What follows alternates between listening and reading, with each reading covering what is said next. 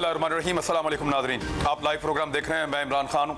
दो बड़ी डेवलपमेंट है पाकिस्तान में। एक तो OIC का इजलास, ये पाकिस्तान में कामयाबी के साथ इख्तिताम पजीर हुआ है। उसमें P5 ममालिक भी थे। वज़ीर ख़ारजा शाह महमूद कुरैशी साहब ने पाकिस्तान की जानिब से 6 नुकात बयान किए हैं और वो ज़बरदस्त हल है मेरे ख्याल में अफ़गानिस्तान के मामलात पे। इस वक्त दुनिया ने पाकिस्तान को मुबारकबाद दी है, अमेरिका ने भी इसको सराहा है। P5 ममालिक भी इसके अंदर थे और दीगर ममालिक भी इसके अंदर शामिल थे, अक़वाम मुत्तहिदा भी। इस पर हम बात करेंगे प्रोग्राम में आगे जाके। लेकिन खैबर पख्तूनख्वा ने एक बड़ा मरहला बल्दियाती इंतखाबात का आज मुकम्मल कर लिया है। इस वक्त गिनती जारी है, कहीं कोई पार्टी आगे चल रही है, कहीं कोई पार्टी आगे चल रही है। बड़ी बात यह है कि बल्दियाती इंतखाबात जिसमें पावर आम आदमी तक पहुँचती है, गली मोहल्ले और निचली सतह तक जाती है, जो हकीकी जमहूरियत का अक्कास है, वो प्रोसेस मुकम्मल हो रहा है। आधे खैबर पख्तूनख्वा में ये इलेक्शन हुए हैं, 34 में से 17 अजला में, और कुछ नाखुशगवार वाक़यात भी हुए, जिनमें एक वाक़या वफाकी वज़ीर शिबली फराज साहब के ऊपर हमला हुआ है। वो ट्रैवल कर रहे थे और उनके साथ उनके कुछ साथी भी मौजूद थे और उस वक्त उनकी गाड़ी के ऊपर अटैक हुआ। फायरिंग भी रिपोर्ट हुई है। वो खुशकिस्मती से महफूज रहे इस वाक़े में। तो ये एक तशवीशनाक वाक़या था। कुछ धमाका भी एक हुआ खैबर पख्तूनख्वा में, कुछ रॉकेट भी चल गए, फायरिंग होती रही और 4 अफराद जाँ बहक हुए हैं अब तक की इतलात के मुताबिक। तो जो फाटा के इलाके जो मर्जर हुआ है उनका खैबर पख्तूनख्वा में, उसके बाद पहली मरतबा उनको ये मौका मिला है तारीख में कि वो बल्दियाती इंतखाबात में अपने नुमाइंदगान को चुने। तो ये उनके लिए भी एक बड़ी खबर है और एक बड़ी डेवलपमेंट है।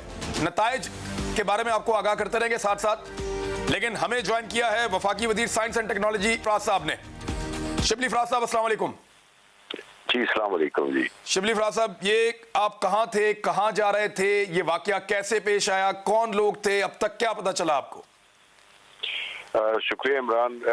मैं कोहाट अपना वोट डालने के लिए गया था और मुख्तलिफ पोलिंग स्टेशंस पे भी मैंने चक्कर लगाया। तो उसके बाद मैं शाम को पेशावर की तरफ आ रहा था। तो जो इधर आदम खेल में आप दाखिल होते हैं उस जंक्शन पे, तो वहाँ पे कोई एक ग्रुप था जो कि सियासी लोग नहीं लगते थे। वो काले झंडे उठाए हुए थे उन्होंने और 40-50 के करीब थे। तो उन्होंने जो मेरे आगे जो सिक्योरिटी की जो गाड़ी थी उस पे हमला किया। तो वो निकले, तो फिर उसके बाद फायरिंग उन्होंने की और फिर हमारी गाड़ी पे आए। इस दौरान में पैरेलल यही हो रहा था कि हमारी गाड़ी पे आए, अटैक किया और बस अल्हम्दुलिल्लाह मुझे तो यकीन नहीं आता कि उसमें से कैसे हम निकले और कैसे फिर हम पेशावर की तरफ पहुंच गए। रास्ते में हमें परसू भी किया गया मोटरसाइकिल्स पे। लेकिन नहीं, मैंने मैंने ट्रेवल किया थोड़े दिन पहले। यहाँ पे तो रोड की कुछ कंस्ट्रक्शन भी चल रही है, तो यहाँ तो तेजी से निकलना भी मुमकिन नहीं था। और मेरी इत्तला के मुताबिक आपके पास कार है, जीप नहीं है। जी तो ये लोग कौन हो सकते हैं? कोई कलदम तंजीम के लोग हैं? कौन लोग हैं? बस जी, मैं तो ये कहूँगा कि ये चूंकि नॉर्मल मुंह ढांपे हुए थे और ज्यादा यंग लगते थे और काले झंडे उठाए हुए थे। उन्होंने उस पर कुछ लिखा था जो कि मैं अंधेरे में पढ़ नहीं सका और ऐसी कैफियत ऐसी थी कि उसमें पढ़ना जरा मुश्किल ही होता है। तो ये अटैक आप तो पे एग्जैक्टली बाजार क्रॉस करने के बाद आप पे अटैक हुआ? Planned attack? It was a planned attack? Well it seem, but मैं कुछ नहीं कह सकता बिकॉज ये सब कुछ ना अचानक हुआ और जंक्शन पे हुआ जहाँ पे दरादम खेल शुरू होता है। और वो फिर वो ड्राइवर को जो है तो वो उसको लगी है, अभी वो हॉस्पिटल में है। तो हमें नहीं पता, अभी मैं मालूम कर रहा हूँ उसमें हॉस्पिटल में है, लेकिन उम्मीद है कि वो ठीक होगा। उसका सारा ब्लड में था, तो अभी इस वक्त मुझे क्लैरिटी नहीं है कि क्या उसको लगा क्या है। आपकी गवर्नमेंट ने वहाँ पे ऑपरेशन शुरू किया? कोई ऑपरेशन उस एरिया में हो रहा है जहाँ पे आप पे अटैक हुआ? सॉरी जी, जिस एरिया में आप पे अटैक हुआ वहाँ पे कोई ऑपरेशन या कोई कानूनी कार्रवाई शुरू हुई उस एरिया में गवर्नमेंट, क्योंकि वहाँ पे आपकी मुझे जी टू बी वेरी ऑनेस्ट, मैं तो इस उसमें मेरी जो तशवीश थी वो अपने ड्राइवर के लिए थी कि क्योंकि वो उसमें वो कर रहा था, उसमें था। जिस तरह ब्लड देखा मैंने उसके सारे कपड़े, तो उसकी वजह से हमारा पूरा पहला मकसद था कि उसको हम कहीं हॉस्पिटल वगैरह पहुंचाएं और साथ ही में उस इलाके से हम निकलें जल्द अज जल्द। तो शिबली फराज साहब, अच्छी बात यह है कि अल्लाह ताला के फजल से आप महफूज रहे हैं। इस अफसोसनाक वाक़े में गवर्नमेंट को इसकी इंक्वायरी करनी चाहिए। और आपके मुताबिक ये कुछ ऐसे पॉलिटिकल लोग नहीं लग रहे थे, लेकिन ये मुख्तलिफ लोग थे। मैं ठीक बात कर रहा हूँ सर? बिल्कुल जी, मुझे पॉलिटिकल लोग नहीं लग रहे थे। पॉलिटिकल लोग नहीं लग रहे थे, ये कुछ और है। यानी आज के इलेक्शन से इसका ताल्लुक नहीं है, इसका ताल्लुक आप पे अटैक करना था। मैं अभी डेफिनेटली इस पे तो कमेंट नहीं कर सकता हूँ, बट चूंकि वो हमारे उसके आने जाने का पता चल जाता है पुलिस को भी हर जगह पे, तो उसका मैं नहीं कह सकता। लेकिन कि मेरे पर्सनली मेरे वो, लेकिन I happen to be there, so I really मैं नहीं कह सकता वसूख के साथ कि ये कोई मेरे लिए बिलखुसूस कोई वाकया था या ये एक ऐसी चीज थी जिसमें I was there at the wrong time at the wrong place. ठीक, बहुत शुक्रिया, आपने हमें वक्त। फराज साहब, इस वक्त आप एक ट्रॉमा से गुजर रहे हैं, इसके बावजूद आपने वक्त दिया। अच्छी बात यह है कि आप खैर आफियत से बच गए। जो लोग हैं उनके खिलाफ कानूनी कार्रवाई होनी चाहिए, पता चलना चाहिए कौन लोग हैं, इनका मकसद क्या था। मेरे साथ जो मेहमान इस वक्त मौजूद है, अली मोहम्मद खान साहब, स्टेट मिनिस्टर पाकिस्तान तहरीक इंसाफ से, सेनेटर जावेद अब्बासी साहब हमारे साथ मौजूद है PMLN से, और हम सिचुएशन जानने की कोशिश करेंगे कि इलेक्शन में इस वक्त अभी तक की डेवलपमेंट्स क्या हैं। हमारे साथ कुछ नुमाइंदगान मौजूद होंगे खैबर पख्तूनख्वा में मुख्तलिफ एरिया से, वो मौजूद हैं क्योंकि 17 इजला के अंदर ये इलेक्शन हुआ है और ख़ास तौर पे फाटा के लोगों को पहली दफ़ा मौका मिला है। यहाँ कुछ लड़ाई झगड़े हुए हैं, वो रिपोर्ट हुए हैं, नॉर्मली इलेक्शन में रिपोर्ट होते हैं, लेकिन रॉकेट भी चले हैं, कुछ धमाके भी हुए हैं और फायरिंग बहुत ज़्यादा होती रही है। हमारे साथ सज्जाद हैदर साहब मौजूद हैं और पेशावर से, तो पूरे KPK का एक जायजा ले लेते हैं सज्जाद हैदर साहब से। सज्जाद साहब, ओवरऑल इस इलेक्शन को यानी 4 लोग जहां बहक हुए हैं, आप इसको कैसा इलेक्शन रेट करते हैं जब गिनती शुरू हो गई है और चीजें तकरीबन कंक्लूजन की तरफ जा रही हैं? तो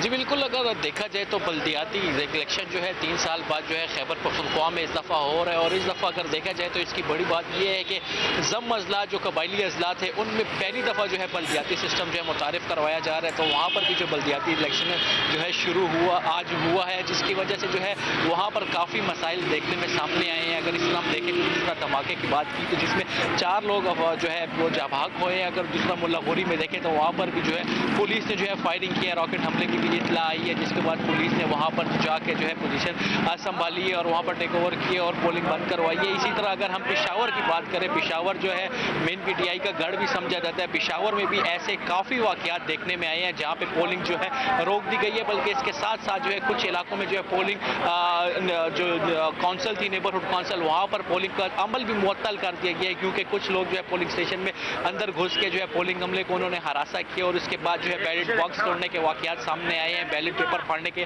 वाकयात सामने आए। तो इसमें इलेक्शन में जो है काफ़ी आज़ाद उम्मीदवार भी खड़े थे। अगर टर्नआउट के हवाले से हम बात करें तो टर्नआउट जो है काफ़ी कम देखने में नजर आया, उसकी वजह सुस्त रवि का शिकार भी हम कह सकते हैं, क्योंकि बल्दियाती इलेक्शन में 5 से 6 बैलेट पेपर थे, जो एक वोटर को जो है 5 से 6 बैलेट पेपर के ऊपर निशान लगाने पड़ते थे, जिसकी वजह से उसको बहुत ज्यादा उम्मीदवार होते हैं। रिजल्ट की हम बात करें तो रिजल्ट देखने में भी जो है काफ़ी टाइम लग रहा,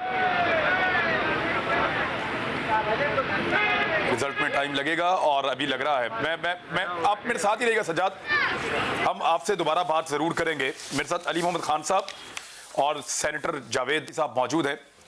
पहले जावेद अब्बासी साहब, इस इलेक्शन को PMLN कैसे देख रही है, क्योंकि आप लोग अपने आप को गवर्नमेंट इन वेटिंग ख्याल करते हैं अपने एक इत्तेहाद को, फजलुर रहमान साहब भी आपके साथ और बहुत सारी जमातें आपके साथ इत्तेहाद में मौजूद हैं PDM के, तो क्या PDM वो कारकर्दगी या PDM की जमातें वो कारकर्दगी दिखा पाएंगी इस इंतखाब में जो वो ये क्लेम कर रहे हैं कि आने वाला वक्त उनका है? बिस्मिल्लाह, बहुत शुक्रिया। एक तो मैं शिबली फराज साहब पे जो अटैक हुआ है उसकी भरपूर मजम्मत करता हूँ और शुक्र अल्हम्दुलिल्लाह कि वो महफूज हैं और दुआ है कि उनके ड्राइवर गनमैन जो जख्मी हैं उनको भी अल्लाह ताला सेहतयाब करे। इमरान साहब, 3 साल बाद बड़ी मुश्किल से इलेक्शन का इनकाद किया गया है और अभी जब फैसला हो गया इलेक्शन कमीशन ने, तो फिर भी प्रोविंशियल गवर्नमेंट खुद सुप्रीम कोर्ट ऑफ पाकिस्तान में गई है। इन्होंने वहाँ रिक्वेस्ट किया है, इनकी बड़ी ख्वाहिश थी कि इलेक्शन डिले हो जाए, लेकिन election commission of Pakistan Peshawar high court और सुप्रीम कोर्ट ऑफ पाकिस्तान ने ये मामला जो है ये यकीनी बनाया, वरना अगर हुकूमत तक होते तो जिस तरह 3 साल उन्होंने गुजार दिए, इस तरह ये 2 साल और भी इलेक्शन करवाने के बिल्कुल उसमें नहीं नजर आ रहे थे। इसलिए वो सुप्रीम कोर्ट में गए और कुछ अजला में बाकी उन्होंने अनाउंस किया था इलेक्शन कि हम कोई 16 जनवरी को बाकी कराएंगे, लेकिन अभी तक उनका शेड्यूल जो है वो आ नहीं सका।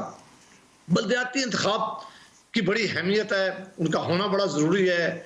इमरान खान साहब ने तो बहुत ज़्यादा वादे किए थे, लेकिन होना भी यही चाहिए कि ये पावर जो इलेक्टेड लोग हैं, जो तहसील कौंसिल के हैं, जो विलेज कौंसिल के हैं, इन्होंने डिस्ट्रिक्ट हमारे यहाँ ख़त्म कर दिया गया है खैबर पख्तूनख्वा में, अब डिस्ट्रिक्ट का कोई सेटअप नहीं रहा है, उनको पूरी तरह पावर दी जाए, फाइनेंशियल पावर भी दी जाए ताकि वो लोगों के काम कर सकें, लोगों के काम आ सकें। ये काम भी बल्दियाती हदारों का है कि वो सड़कें बनाएं, बिजली के काम करें, ये छोटे बाकी पानी की स्कीमें हों। इसमें बेहतर यही है कि एक मैंडेट उन्हीं का होना चाहिए।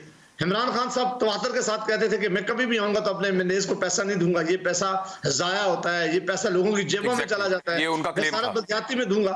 लेकिन बदकिस्मती हो गई है कि वो अपनी इस बात पर कायम ना रह सके, उन्होंने पैसा फिर भी अपने इलेक्टेड लोगों को इस जरिए अभी खर्च किया जा रहा है। ऐसा ना हो कि जिस तरह पंजाब में जब हुकूमत आई थी तो पंजाब के इलेक्टेड लोगों के साथ जो इन्होंने सलूक किया, सुप्रीम कोर्ट के फैसले के बावजूद अभी तक इन्होंने उनके ऑफिस वापस नहीं किए, उन लोगों को इजलास करने की इजाजत नहीं दी। तो मुझे यकीन है कि ये खैबर पख्तूनख्वा के इलेक्टेड लोगों के साथ ऐसा सलूक नहीं करेंगे, उनको मौका देंगे कि वो अवाम की खिदमत कर सकें, जिस जमात से भी लोग मुंतखब होकर आए, ताकि पाकिस्तान की अवाम की बिलअमूम और बिलखसूस खैबर पख्तूनख्वा की अवाम की बेहतरी कर सकें। नहीं, लेकिन अब्बासी साहब एक चीज है, पाकिस्तान के तमाम सूबों की निस्बत खैबर पख्तूनख्वा ने पावर को ज्यादा डिलूट किया है, यानी पावर को ज्यादा निचली सतह तक मुंतकिल किया है। अगर आप मुवाजना करें पंजाब से, सिंध से, बलूचिस्तान से, तो सबसे ज्यादा पावर को निचली सतह पे मुंतकिल किया वो केपी ने किया है, सिंध ने तो बिल्कुल ही नहीं किया।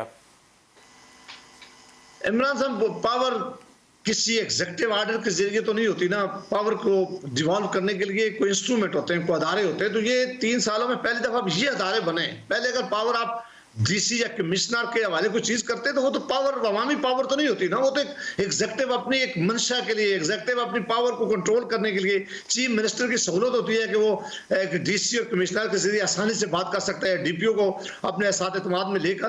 तो वो पावर अवामी नुमाइंदों के पास नहीं होती है, वो अवाम की मांगों के मुताबिक नहीं हो सकती है, उसमें बेहतरी नहीं आती। हाँ, अब ये इलेक्शन हो गए हैं, इन्होंने एक नया लॉ बनाया, इस लॉ में कोई शक नहीं कि इन्होंने बड़ा पावर डिवॉल्व करने के लिए कहा है कि अभी जो तहसील काउंसिल के चेयरमैन होंगे उनको बड़ी पावर्स होगी। मैं यही दुआ करता हूं कि विलेज काउंसिल के चेयरमैन और जो तहसील काउंसिल के पावर डेलीगेट की है इन्होंने, वो हमने बाकी सूबों में नहीं देखी अनफॉर्चुनेटली। मैं वापस आता हूं, इसका अमली नतीजा तब देखेंगे जब ये पावर डिवॉल्व होगी, तो कानून में लिखा गया, जब अमली तौर पे प्रैक्टिकली इन लोगों को मौका मिलेगा और पता चलेगा कि वाकई वो पैसा खर्च कर रहे हैं जो इनसे वादा किया गया था। ये बात आपकी ठीक है। अली मोहम्मद खान साहब, इस पे बाद में बात करते हैं। पाकिस्तान तरीके इंसाफ खैबर पख्तूनख्वा में जीती एक दफा, फिर दूसरी दफा बल्दियाती में, और फिर जनरल इलेक्शन आप लोग जीत गए। अब क्या वो अपनी जीत के तसलसल को इस इलेक्शन में बरकरार रख पाएगी? क्योंकि नताइज अभी आ रहे हैं, क्लियर नहीं हुई पिक्चर। बहुत शुक्रिया। बिस्मिल्लाहिर्रहमानिर्रहीम, अल्लाहुम्मा सल्लि व सल्लिम मुबारक अला सय्यिदिना मोहम्मद। सबसे पहले तो शिबली फराज भाई पे जो हमला हुआ है बहुत दुख हुआ। ज़ाहिर है आपने भी अपने जज्बात का इजहार किया है, बैरिस्टर अब्बासी साहब ने भी। मुझे बड़ी खुशी हुई, उनकी आवाज़ सही सलामत और बड़ा वो कंपोजर से बात कर रहे थे, हालांकि बड़े एक जानलेवा हमले से निकले, लेकिन जो उनके ड्राइवर जो है और बाकी जो दोस्त उनके साथ हैं, जो उनकी टीम में हैं, तो उन सब के लिए मेरी दुआ है कि अल्लाह ताला उन पे करम करे। और इंशाल्लाह ज़ाहिर है इस पे हम सब का रिजॉल्व है कि जिसने भी ये किया है हुकूमत भी करेगी, और अब तो सारी स्टेट का इस पे रिजॉल्व है। इस तरह की हरकत जो हैं वो बिल्कुल कोई सवाल ही नहीं पैदा होता इन चीज़ों को स्पेयर किया जाए।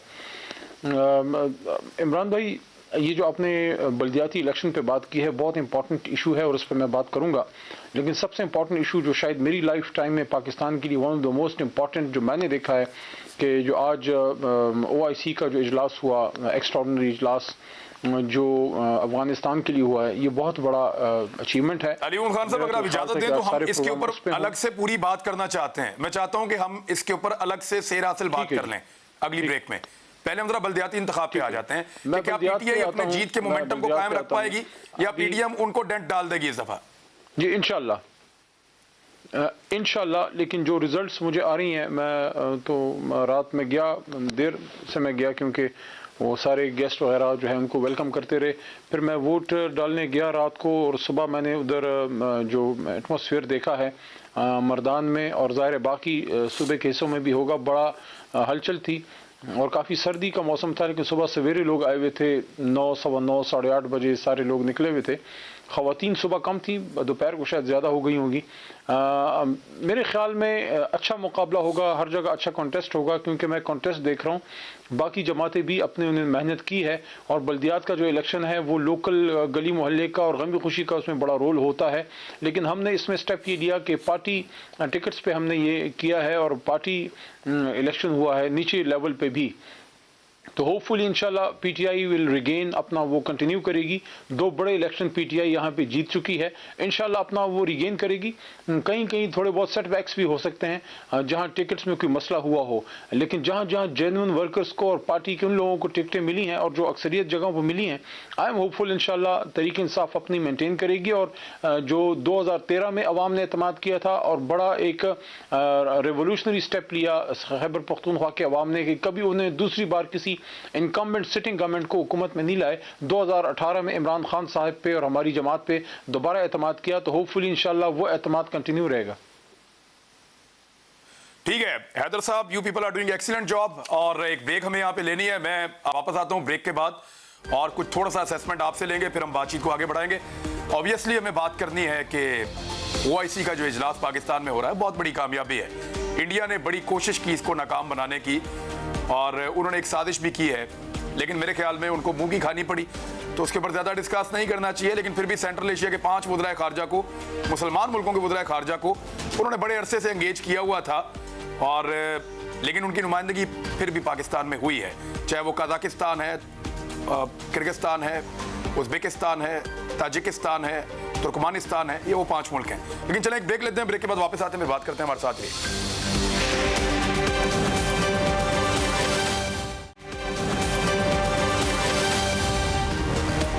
वेलकम बैक नाजरीन।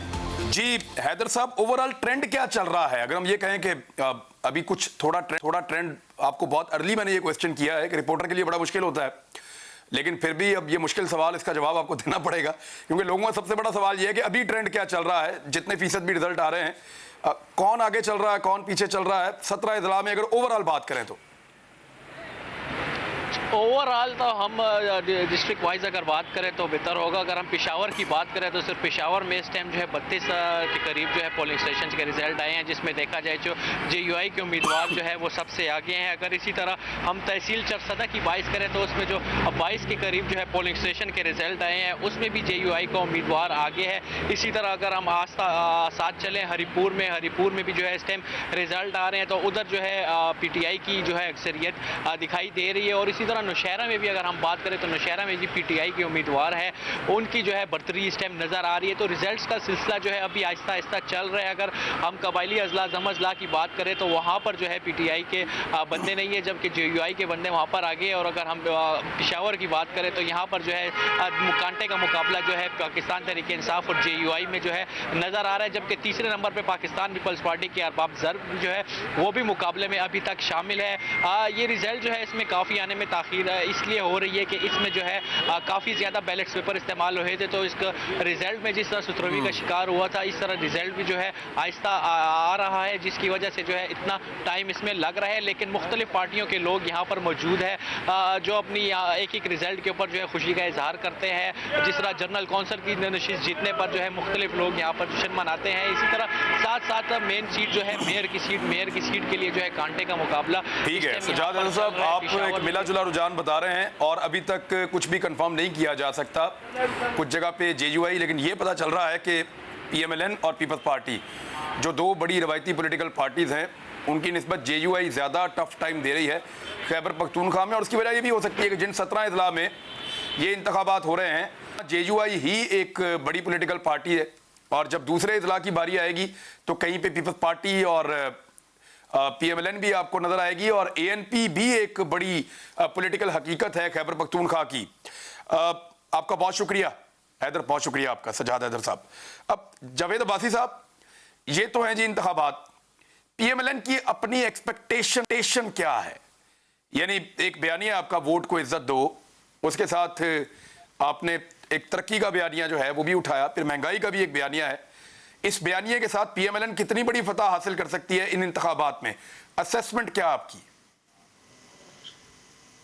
इमरान साहब, अब कुछ ही घंटे शायद रह गए हैं, तो अब तो करना जरा मुश्किल होता जा रहा है, क्योंकि जब इलेक्शन के रिजल्ट आने शुरू हो गए और कुछ ही घंटों में सब मामला सामने आ जाएंगे।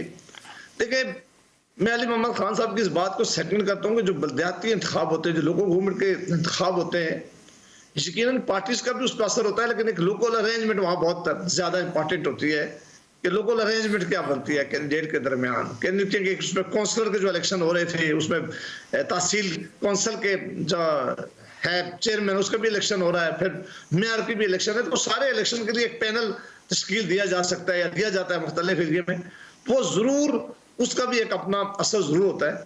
बहरहाल इंतखाब फ्री एंड फेयर होने चाहिए, ये फैसला खैबर पख्तूनख्वा की अवाम जिसको भी मुंतखब करे, अगर उन्होंने कहीं मुनासिब समझा जिस पार्टी को भी, हम सबको इंतखाब के मैंडेट को रिस्पेक्ट करना चाहिए अगर फ्री एंड फेयर हो, और ये मौका देना चाहिए इन लोगों को, ये एक नस्री है, यहाँ से लीडरशिप भी पैदा होगी, लोगों के काम भी होंगे, प्रोविंशियल गवर्नमेंट पूरी पावर डिवॉल्व करे, ताकि पाकिस्तान के और अवाम और खैबर पख्तूनख्वा के अवाम जिन मुश्किलात से पिछले 3 सालों से गुजर रहे हैं, उन मुश्किलात में कमी आ सके। अब टाइम इनके पास थोड़ा रह गया इस हुकूमत के पास, क्योंकि अभी इंतखाबी अमल जो है वो किसी वक्त भी शुरू हो जाएगा, लेकिन बेहतर यही है कि उनको ये पावर दी जाए ताकि वो पावर एक्सरसाइज करके आम आदमी की जिंदगी में बेहतरी ला सके। सेनेटर साहब, ये कितना बड़ा इवेंट है जो पाकिस्तान में हो रहा है, और पाकिस्तान को, यानी पाकिस्तान तो इसको ऐसे देख रहा है कि अमेरिका ने भी इसकी तारीफ की है, P5 ममालिक ने भी इसको सराहा है, और इस्लामी दुनिया के वज़राए खारजा का यहाँ पे पहुँचना, 150 के करीब बंदूबीन का आना, अब पाकिस्तान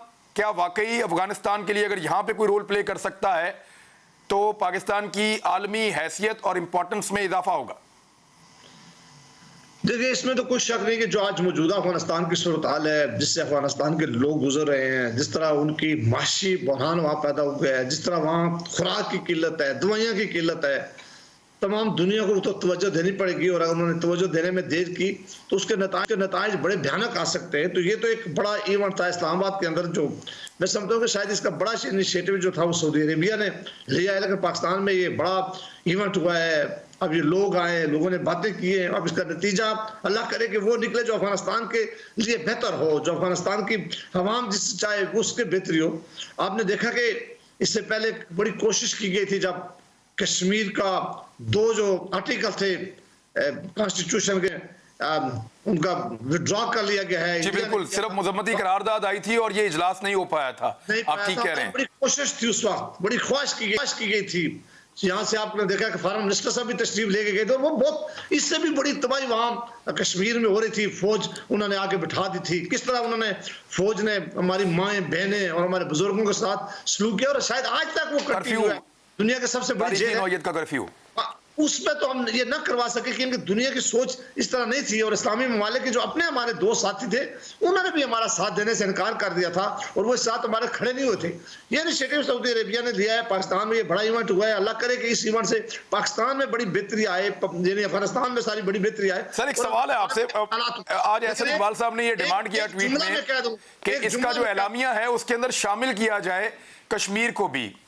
सर, आप क्योंकि खुद हुकूमती ऐवानों में रहे हैं, तो आप समझते हैं कि ये जितने भी ममालिक हैं, ये सारे एक खास एजेंडे के तहत पाकिस्तान में आए हैं, और इस वक्त सब अफगानिस्तान पे बात करना चाहते हैं। कश्मीर और इंडिया के हवाले से इनके अपने ताल्लुकात हैं और अपने नजरियात हैं। तो क्या यहां पे आपको लगता है कि कश्मीर को पाकिस्तान जबरदस्ती बीच में इन कर सकता है एलामिया में? अब देखें, अगर ये बात आज, अगर ये पहले बात तय हो जाती, बात पहले कर लेते, उस दिन को बात होती, और चूंकि कश्मीर का इशू बहुत बड़ा है और पाकिस्तान के कश्मीरियों की नजरें पाकिस्तान की तरफ लगी हुई थी, अब तो शायद लेट हो गया। वो अगर उसको शामिल कर लेते तो ये एक बहुत बड़ी फतह पाकिस्तान की जरूर होती है और पाकिस्तान के लोग भी बड़े खुश होते। ठीक है, अली मोहम्मद खान साहब ये डिमांड, अली मोहम्मद खान साहब ये डिमांड कि कश्मीर को इसके अंदर शामिल होना चाहिए था, पीएमएलएन इसको सराह रही है। वो लोग ये कह रहे हैं कि एक बड़ा इवेंट है, पाकिस्तान ने किया है, पाकिस्तान की सफारती कामयाबी है, लेकिन कश्मीर, वो कह रहे हैं कश्मीर पे आप नहीं करवा पाए और अभी भी आपको एलामिया में कश्मीर को शामिल करना चाहिए था या करवाना चाहिए था। ये एहसन इकबाल साहब ने डिमांड किया, सेकंड कर रहे हैं अब्बासी साहब भी। देखिए, वो तो सवाल आपने करते हुए उसका जवाब भी शायद दे दिया था, मैं उसका भी जवाब देता हूँ। लेकिन सबसे पहले इस चीज़ पे मैं समझता हूँ अल्लाह का हमें शुक्र अदा करना चाहिए।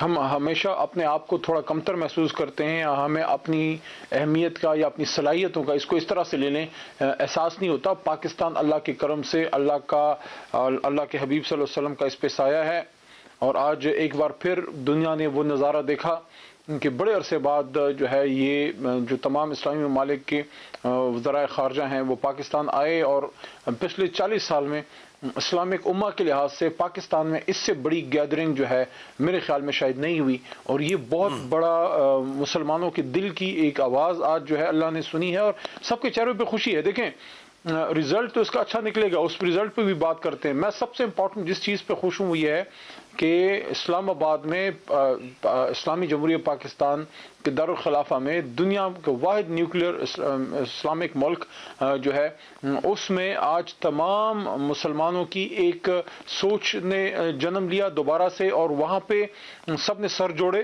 और बैठे। मुस्लिम उम्मा में एक बहुत बड़े मुल्क में एक बहुत बड़ा एक इस वक्त इंसानी अलमिया है, और अफ़गानिस्तान में अफ़गान तालिबान की जिनकी हुकूमत है वो जो है शायद अकेले इससे नबर्द आजमा ना हो सकें। अफ़गानिस्तान की सर्दियाँ बड़ी सख्त होती हैं, और अफ़गान कौम जो है गैलेंट कौम है, बहादुर कौम है, गैरतमंद कौम है, अपनी सरजमीन का दिफा उन्होंने किया है। लेकिन इस वक्त उनको मुस्लिम उम्मा की बिलखुसूस और पूरी दुनिया की बिलुमूम सपोर्ट की ज़रूरत है, क्योंकि इस तरह से अगर उनकी इमदाद बंद की जाएगी या उनके एसेट्स फ्रीज किए जाएंगे जो वहाँ किया गया है, तो उससे तो एक बहुत बड़ा एक अलमिया इंसानी एक जेनोसाइड की कैफियत खुदा ना खास्ता पैदा होगी।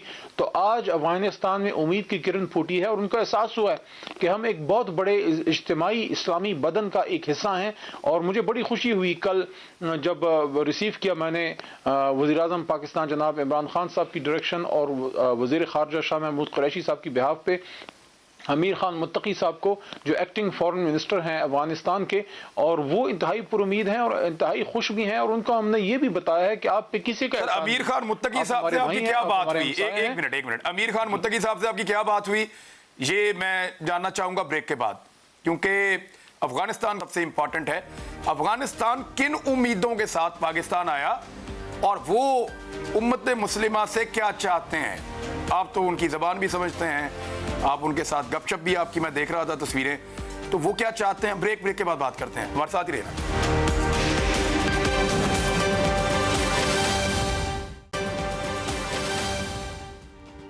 वेलकम बैक नाज़रीन। अली मोहम्मद खान साहब, आपकी मुलाकात हुई है और आपने रिसीव किया अफगान वजीर खारजा को।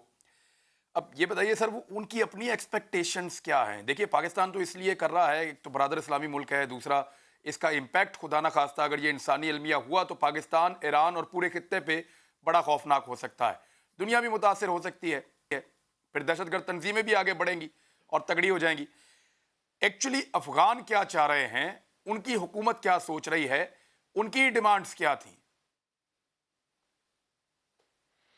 देखिए, पहली बात तो वो इस बात को बहुत अप्रिशिएट करते हैं जो पाकिस्तान ने उनके लिए स्टेप लिया है कि अफ़गानिस्तान में अमन आए, और साथ साथ जो ह्यूमैनिटेरियन इश्यूज़ हैं वहाँ सेहत के, और साथ साथ जो हैं वहाँ अभी जो सर्दियाँ आ रही हैं, सख्त क्लोथिंग वगैरह के इश्यूज़ हैं, लोगों को खाने पीने के मसाइल, और साथ साथ वहाँ जो एक बहुत बड़ा इशू इस वक्त है अफ़गानिस्तान गवर्नमेंट को, वो ये है कि उनको फाइनेंशियल एड और सपोर्ट चाहिए कि उनकी तनख्वाहें वगैरह जो हैं मुलाजमीन की वो सारी रिलीज़ हों। एक बात मैं आपको बता दूं, देखिए अफ़गान बड़ी बहादुर लेकिन बहुत गैरतमंद कौम भी है, और बहुत कम वो अपने मुंह से कभी खुद इस तरह की डिमांड भी करते हैं। वो एक्सपेक्ट ये करते हैं कि हम उनका ख्याल रखें, लेकिन वो आपको बता देते हैं कि भाई ये इश्यूज़ हैं। अब वो हमारी और उम्मत मुस्लिमा की और तमाम वर्ल्ड कम्युनिटी की एक रिस्पॉन्सिबिलिटी बनती है कि जो वहाँ एक बहुत मुश्किल सूरत हाल वहाँ है, तो उसमें अफ़गान कौम का तो कोई कसूर नहीं है। उनका तो कोई बंदा नहीं था ट्विन टावर्स के अटैक में जो उनको 20 साल किसकी आग में झोंका गया और पाकिस्तान किसकी आग में जला। 80,000, आज भी वज़ीर-ए-आज़म साहब ने जो बात की, 80,000 हमारा बंदा जो शहीद हुआ है और जो अफगान कौम को इतनी मुश्किलात का सामना करना पड़ा, तो यह वर्ल्ड कम्युनिटी की एक रिस्पॉन्सिबिलिटी भी बनती है, बिलखुसूस उम्मत मुस्लिमा की भी। अल्लाह हमसे इसके बारे में पूछेगा भी। देखें, हम कमेटी ऑफ नेशंस में जब हम डिप्लोमेसी के लेवल पे जाते हैं, रियासतें अपने अपने मफादात को देखती हैं, लेकिन पाकिस्तान ने हमेशा हमारी जो है डिप्लोमेसी में मुस्लिम उम्मा के लिए ख़ास मकाम रहा है, चाहे वो सऊदी अरब हो, चाहे वो अफगानिस्तान हो, चाहे वो बरादर इस्लामी मुल्क ईरान हो, या बरादर इस्लामी मुल्क तुर्की हो, या जो हमारी सेंट्रल एशियन स्टेट्स हैं। मैं आपके कल के हवाले से मैं ये बात करना चाहूँगा कि वो एक्सपेक्ट कर रहे हैं कि जो हमारी उम्मत मुस्लिमा की, जो हमारे मुसलमान जो ममालिक हैं, जिसमें बड़े मुखैर मुल्क भी हैं, तो उन्होंने खुद अपने मुंह से तो इस तरह की बात कोई डिमांड नहीं रखी कि हमें ये इतनी अमाउंट का कि ये चाहिए। जिस तरह मैंने आपको खुद कहा कि वो तो जब आप इंटरनल डिस्कशन में जाते हैं, मुनासिब भी नहीं होता कि आपस की गुफ्तगू की ज़्यादा चीज़ें मैं शेयर करूँ, और कोई ज़्यादा तफसीली मुलाकात भी नहीं थी, लेकिन वो इस पर बहुत एक्नॉलेज करें, खुश हैं कि हुकूमत पाकिस्तान उनके लिए फैसिलिटेट कर रही है। सऊदी अरब जो है उसमें अपना किरदार अदा कर रहा है, और उसमें तुर्की अपना किरदार अदा कर रहा है, मलेशिया अपना किरदार अदा कर रहा है। और जिस तरह जौक दर जौक इमरान भाई आए हैं लोग, और आज मैं एक बात पे बहुत मेरा दिल जी खुश ठीक है, है मैं अली मोहम्मद खान साहब, इस पे राजी हूँ और आप भी राजी होंगे कि एक जो बहुत बड़ा काम आज हुआ। पान और मुसलमान ममालिक जो हैं वो अफगानिस्तान को दोबारा बिखरने ना दें, जैसा उनके साथ बार बार होता रहा है। अमीर मुकाम साहब ने ज्वाइन किया जी PMLN से, वापस जाएंगे इलेक्शन पे, क्योंकि इलेक्शन का माहौल है, गिनती चल रही है इस वक्त। अमीर मुकाम साहब, आप इस इंतखाबात में उतने बड़े नजर नहीं आ रहे जितना बड़ा आपसे एक्सपेक्ट किया जा रहा था अब तक के नताइज के मुताबिक। क्या आने वाले नताइज हमें हैरान करेंगे? आप कहीं नजर आएंगे, या ये इजला ऐसे हैं जहां पे PMLN की वो अक्सरियत नहीं है, JUI फिर भी कहीं ना कहीं अच्छा अपने आप को प्रेजेंट कर रही है? नहीं, इस तरह बात नहीं है। आपने जो बात की, सबसे पहले तो मैं ये कहना चाहता हूँ कि अभी जो ये इंतखाबात हो रहा है, तो ये वही जो हमारे बेल्ट है, वो हजारा बेल्ट है और मलाकंड है, वही से हमारी माशाल्लाह मुस्लिम लीग नून अभी जो आप सारी नुमाइंदगी देख रहे हैं, वही से वो दूसरे फेज में है। इस फेज में भी इंशाल्लाह रिजल्ट आपको आएंगे, आप देखेंगे मुस्लिम लीग पहले से कई गुना बेहतर आपको नजर आएगी, कई गुना बेहतर 2018 से। और 2015 की जो बल्दियाती इंतखाबात हुए थे, मगर सबसे बड़ी बात मैं शॉर्टकट ये करना चाहता हूँ कि इसी में ये देखना है कि 2015 की बल्दियाती इंतखाबात में किस पार्टी को क्या मिला और 2018 की जर्नल में क्या मिला, और उससे उन्हें कितना लूज किया और कितना गेन किया। तो अभी इसको देखना है। अभी मुझे इसी टाइम इसकी कहने की जरूरत नहीं है, थोड़ा टाइम 2-3 घंटे के बाद वो नताइज सामने आएंगे। इसके बावजूद कि गवर्नमेंट भी PTI का है, प्राइम मिनिस्टर खुद भी आए, उसके सारे लोग भी लगे रहे, हर चीज के बावजूद ये देखेंगे कि किसने कितना लूज किया और कितना गेन किया। नहीं, बट आप ये उम्मीद कर रहे हैं कि PMLN एक सरप्राइज देगी यहाँ पे इन 17 इजला में भी? आप ये एक्सपेक्ट कर रहे हैं कि PMLN? जी बोलिए। हमने PMLN में जिन 17 इजला में अभी इंतखाबात हो रहे हैं, तो 2015 की बल्दियात में हमने एक टाउन 4 की सीट जीती थी PMLN ने, और 2018 में इस पूरे बेल्ट से 17 अजला से एक MPA की सीट जीती थी मर्दान शेरगढ़ से, और बकाया कोई सीट नहीं जीती, न NA की और न PK की। तो अभी हम तवक्को रखते हैं उस पहले से कई गुना बेहतर, क्योंकि इसमें हजारा भी नहीं है और मलाकंड भी नहीं है, जो आप हमारे नुमाइंदगी देख रहे हैं वही से। मगर हम पहले से कई गुना इंशाल्लाह ताला ज्यादा गेन करेंगे, वोट के लिहाज से भी और सीट्स के लिहाज से भी। रिजल्ट आएंगे, आप देखेंगे, और ये हर एक के लिए सोचने क्या होगा कि PTI ने कितना गेन किया, कितना लूज किया, दूसरे पार्टी ने कितना गेन किया और कितना लूज किया। ठीक है अमीर मुकाम साहब, बहुत शुक्रिया आपका। अली मोहम्मद खान साहब, फाइनली ये 17 इजला है, कितने जीत लेंगे आप? अगर मैं आपको स्टेट में ये कहूं कि 17 में से कितने? देखिए, मैक्सिमम इंशाल्लाह, जो मैंने शुरू में आपको बात की, और अभी आप अमीर मकाम साहब को आपने लिया, मेरे लिए मोहतरम है, काबिल एहतराम है, लेकिन इनकी जमात का अलमिया ये रहा जिसकी वजह से पख्तूनख्वा ने उनको हमेशा रिजेक्ट किया, और इस बार तो बहुत ज़्यादा सख्त उनको जो है उन्होंने रिजेक्ट किया 2018 में, कि मियाँ साहब की सियासत में कभी खैबर पख्तूनख्वा उस तरह से रहा नहीं। वो हज़ारा बेल्ट में मैक्सिमम चले जाते थे, वहाँ भी अब उनको अवाम ने रिजेक्ट किया है कि उन्होंने कभी भी इस खिते को कोई बहुत बड़ा मेगा प्रोजेक्ट नहीं दिया, कोई एजुकेशन इंस्टीट्यूट्स, इस तरह की चीज़ें, तो यानी अवाम ने हज़ारों इसको फील मोटरवे किया उन्होंने है। बना और कर दिए अभी हैं। जो आप मुकाबले भी देख रहे हैं, तो अभी जो आप देख रहे हैं ज़्यादातर जो है तो तहरीक इंसाफ ही मुख्तलिफ, कहीं ANP, कहीं जमीयत, कहीं जमात इस्लामी, पीपल्स पार्टी, कहीं एक दो जगह पे उनका भी मुकाबला चल रहा है। और मैं ये नहीं कह रहा कि मुस्लिम लीग ठीक है। नून की कोई प्रेजेंस नहीं है, लेकिन एक जमात जो 3 बार वज़ीर आज़म बना जाए और इस तरह से एक सूबे से वाइप आउट हो जाए, तो कुछ उनको अपने भी गिरबान में झांकना चाहिए कि क्या चलें, पॉलिसीज में ठीक क्या है, वो हमारे चीज़ पास थी जो वक्त एक खत्म हो गया, सूबे ने लेकिन उनको एक बात तो ठीक है कि यहाँ किसी इजला में किसी जिले के अंदर फजल रहमान साहब आ गए हैं, कहीं ANP आ गया है, कहीं PMLN आ गया है, लेकिन हर जगह उनका मुकाबला PTI से ही है। ये रियलिटी है। तो अब तक के लिए इतना ही, अपना ख्याल रखिएगा। नाज़रीन, बहुत शुक्रिया आपका प्रोग्राम देखने के लिए। मुलाकात होती है अगले हफ्ते। अल्लाह हाफ़िज़।